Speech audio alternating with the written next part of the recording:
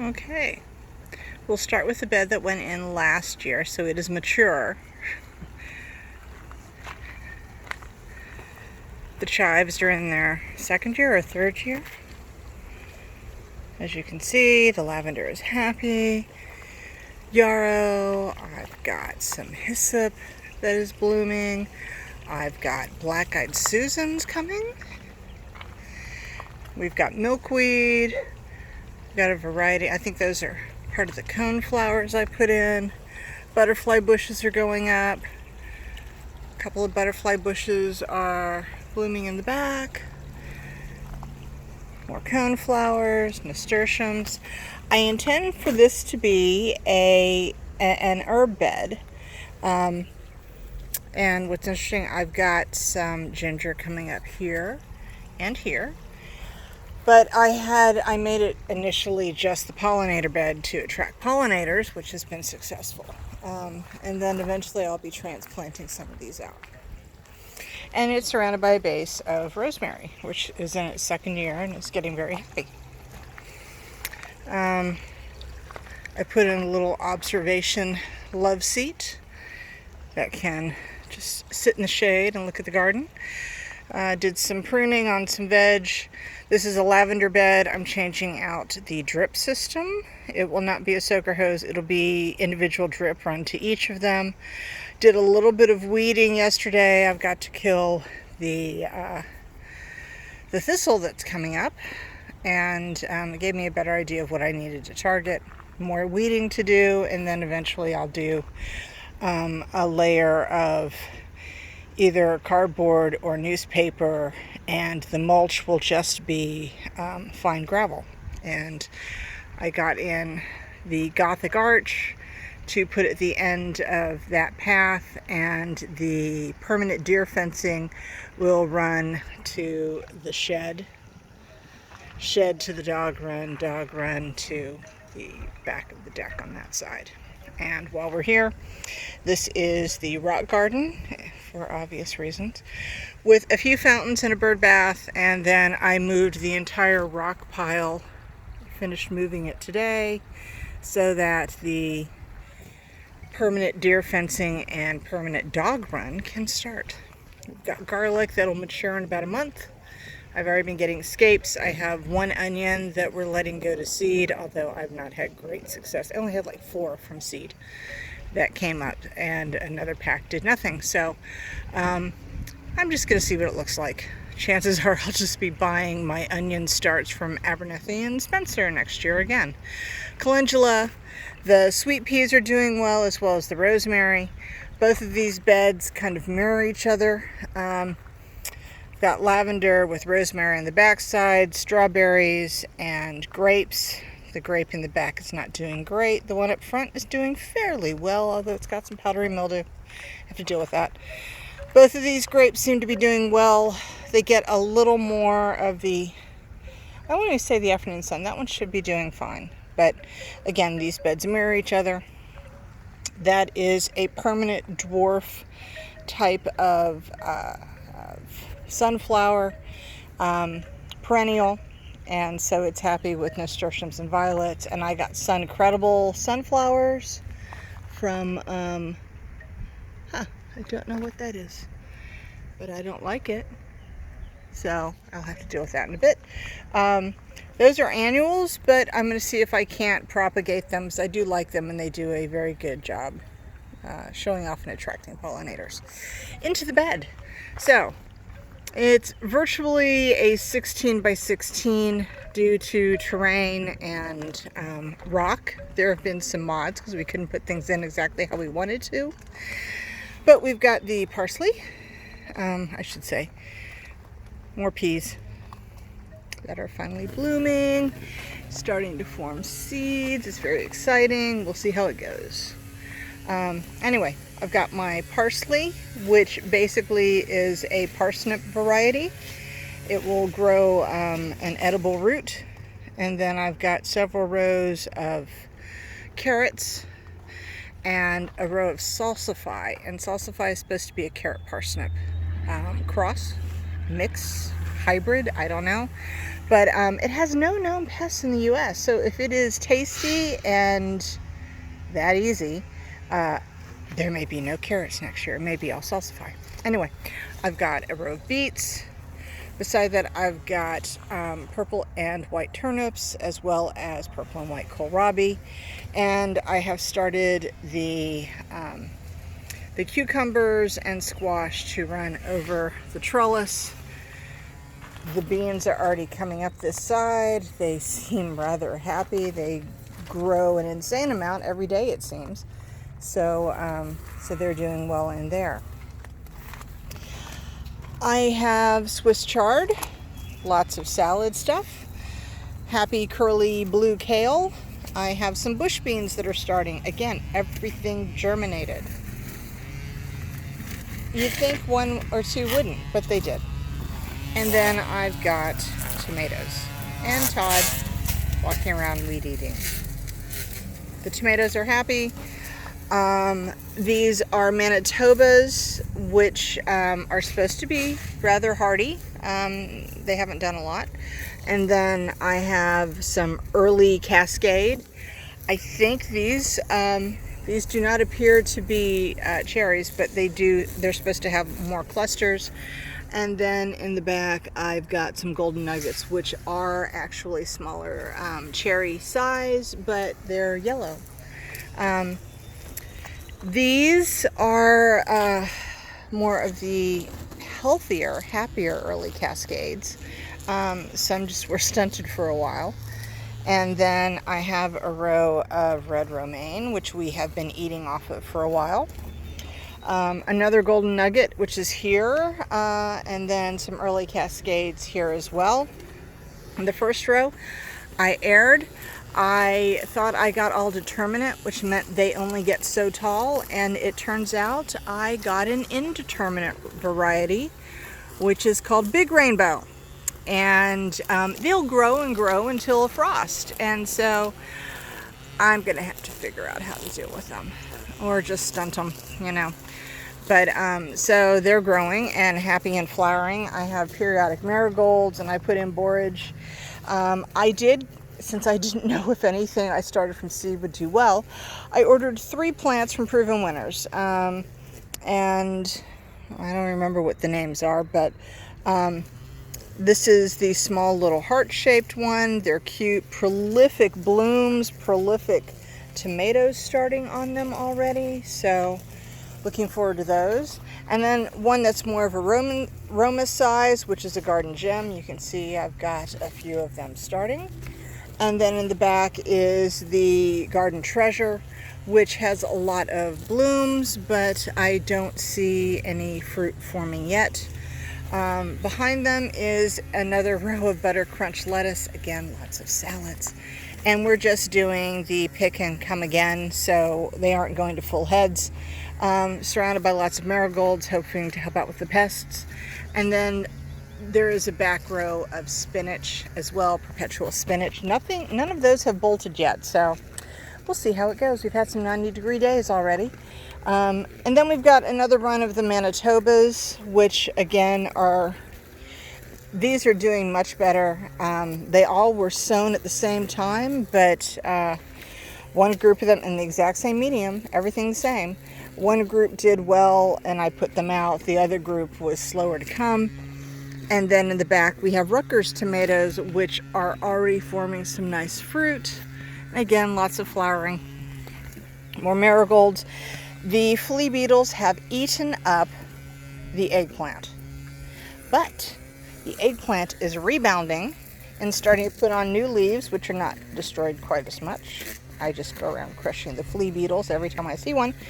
As well as I've done a little bit of organic spray. I've got a row of peppers. Behind them are tomatillos, which I have found is the preferred plant for the 3-striped potato beetle to lay its disgusting orange eggs on. And they are really revolting when they hatch. So I have taken a picture, but I am making my own dead bug juice that is its job, lots of salt and soap, and then I've got a back row of peppers again to catch the light and hopefully give us some nice bells. I have broccoli. I have no idea how it's doing. The leaves seem happy. I have no slug damage. I've been trimming them up off the ground. Behind them is a row of cauliflower. Same thing. No slug damage, no real issues. The leaves are happy and healthy. The pak choi has gone to seed. I left this one here so that the pollinators would come. The pak choi that was in this row I've already pulled just because it like instantly bolted.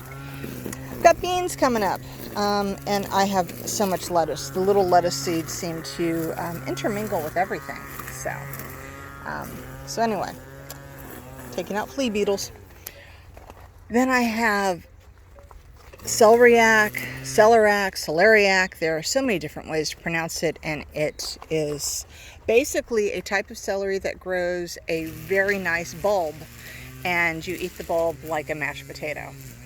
So I have Butter Crunch going to heads. They're very pretty. I'm amazed. I have regular celery. I have some very over mature Swiss chard here that we have been eating off of, but just can't keep up with it. A little too much. And curly blue kale. So I have started to dehydrate some of this. I've been dehydrating broccoli leaves just for flavor to do in soups.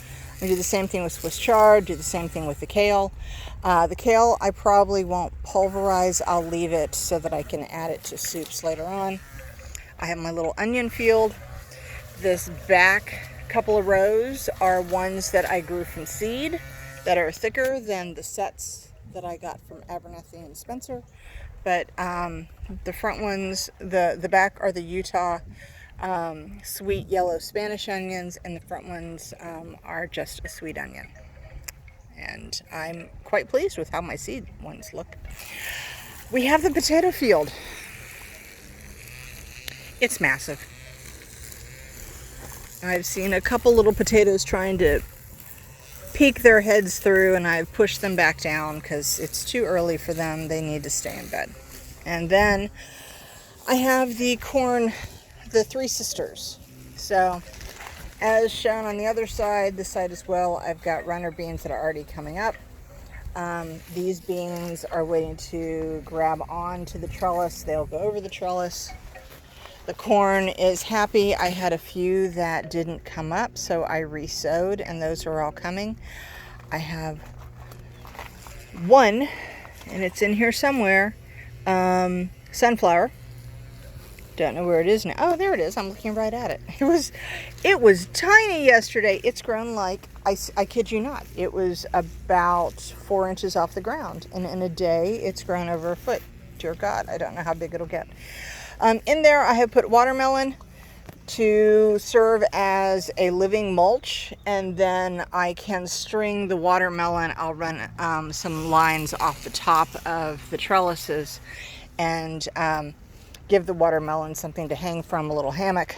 And so those are doing well. As you can see, I still have some beans intermingling with the corn, which is the Three Sisters way, although I'm trying to get them all to the trellis so they go over that. So that's another one I need to gently weave forward and let it grab on. So I'll be focusing on trying to get him to understand this is a better place to stake a claim than back there. So anyway, that is basically what's going on with this garden. I'm down to maybe 2/3 of a bag of aggregate. I still have to do this pathway, which I'm working on momentarily. The cardboard is to help a little bit with weeds and to give it a softer base until basically everything dies. I built 3 cold frames on the back. I have not obviously put dirt in them yet, nor planted anything since we're going into summer. But here you can see from the back of the garden, these are all removable deer panels so that I can get to the backside and tend or harvest the various plants. And then this side is done, the path. I'll be spreading more of the rock gravel over the other aggregate to make it a little more uniform when I'm done, when I know what I have left. But, and then this is my dead bug brew, which has worked. Drop them in there. There's so much salt and soap, they're done. And then I made myself just a potting ledge that I can keep up if we want to use it a little bit, to keep deer out. But deer don't seem to like onions or potatoes or garlic for that matter. And they certainly don't like rosemary or lavender. And the butterfly bushes I put in are supposed to be deer resistant. So we are just hopeful that they will leave that stuff alone. Once the grapes are large enough, I'll take the netting off and let them go up and over. And that should keep the deer away from those. And we'll see what next year brings. As the permanent deer fencing goes in, I'll probably put in a few more beds, just straight beds between here and the shed, because this is really too dense. It has taken a lot of work to keep it under control. And I won't have the luxury of being home and working a garden to this level next year, so I need it in a little easier configuration at some point. But this has been an elaborate science experiment, and this is where we're at right now. Oh, I have a bunch of volunteer potatoes. I had potatoes growing in the large sacks last year, and I thought I got them all out. And then I threw some of those sacks in as a base for the corn, and apparently not. Apparently there were some in there. And as happens on a daily basis, there are accidents on Route 7. So there goes the sirens. Anyway, that is the garden in mid-June. I think it's the 12th today. I've lost track of dates. And I'm still working on the area under the deck. I need to spread some rock and make that. I put pond liner down. I've got to take out some of the weeds that have popped up around the posts. And then finish under the deck doing the patio pavers. Those have continued. Again, I need to take out some weeds. And we did put in a shed under the deck. It's a 9x7. And the good news with that is it will never be impacted by wind. Because I actually had to cut out sections of the roof and the base on both sides to make this fit in between the deck posts. So it's stable. And since we did an elaborate French drain, not worried about anything as far as water under the deck, because this all runs to a central section, and I've got a large French drain that goes out into the field. And eventually the plan is to use the stash of windows I have under the deck between the two sets of French doors and make a type of cold frame. It obviously won't be a greenhouse, but I also don't have to get a permit. But I have electric and water in there, and this will allow me to bring the citrus and some of the other plants in winter to keep them above freezing, keep them warm enough that they'll be happy, give them sun, and I can start my seedlings in there with the grow lights I bought this year. So that should be good. And then of course we have the dog run with Cricket. Hi Cricket! Yes, there she is. And I'm looking forward to getting rid of all the white bags. And then we'll start the dog run out that way. I think the first one I'm doing will be on this side once I get that arbor up, and then I'll run it to the shed. And we'll have to figure out gates and other stuff, because obviously I don't really need the Kubota to get in here, but if we ever had more materials delivered, they would need to be able to get through. So We'll probably do at least a 6-foot fence, or sorry, a 6-foot gate, maybe an 8-foot gate, between the deck, well, and the shed. Don't really think we'll need any gate on the back side, but we'll probably put a gate down on the dog run so that Todd can take a larger mower in there. And that one will really only need to be like a 4-foot gate or something. That's all he'll, well, maybe bigger. We'll see. But yes, that is where we've gotten to during COVID-19. And as you can see, I still have the pond liner exposed under there, which is where I can store my cloches and things for the garden for winter, as well as some of the other items that I use in there, like the arches and things to support the plants. I still have to, I'm happy with the fountain, how it's doing, so now I have to run that, which is exterior cord, in behind this, and then I will use the gray mat to cover that. I've already got an exterior connector, which is watertight. I really don't even need the other one. I'm probably just going to cut it off. I've never run the lights on that, and I don't intend to ever to run them anyway. And then I did the same thing up here. That is a 12-gallon in-ground reservoir for this bubbler that we got from Costco. I really like it. And I just got a gray mat that I could run the electrical cord through for the motor. Pretty easy. These large rocks that flank this flank the reservoir, so it's pretty easy to take a few rocks off and get the motor out and undo that. And I've got another waterproof connector, and I set up a drip system. I still have some modifications to make. Like I said, I'm going to put individual plants over here on their own emitters as opposed to a soaker hose, but the soaker hose is doing well in the garden, so I'm not going to mess with that. I'm happy with that, and I think that's about it. Sorry for the flip. Garden is coming along, and while the view is not spectacular from here, although you do see what will eventually be the site of the orchard,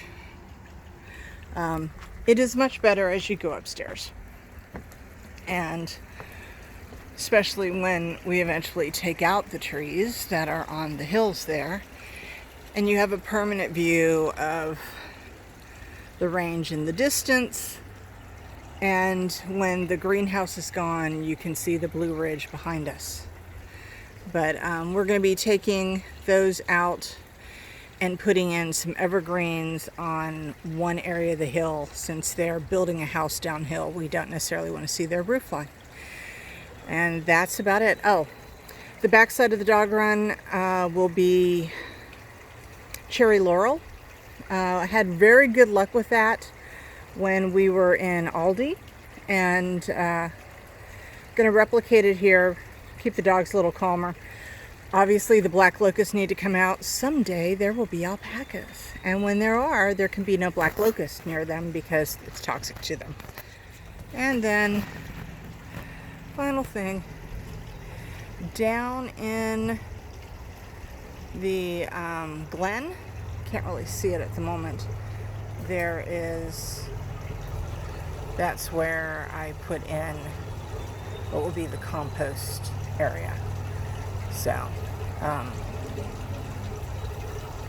like I said, it is down there. It's just not easy to see. But that's about right. I can't even do the finger. I've got it zoomed. So anyway, this is a bookmark in time of how we're doing. And last thing I'll say is Todd's been doing all the mowing, which is extensive. into the lot next to us, which we are trying to finalize and buy. And he's just keeping a perimeter. You can see white posts. That center area is a lot to keep up with. So until we actually do buy it, he's not doing it. But we did fight a fawn in there one day, hanging out, waiting for Mom. So that will also, since Todd likes to mow late in the day into the evening, it's harder to spot them as it's getting darker. So once the season is over, he may break out the DR brush mower to start to reestablish that. But we'll see. I also could get a brush hog for the back of the Kubota. I'm looking forward to that. Not necessarily doing some of our crazy steep hills, but some areas, when we fill in all of the craters from the apple trees that aren't there anymore, it'll be a very easy thing to brush hog. So, divide and conquer. Alrighty, bye.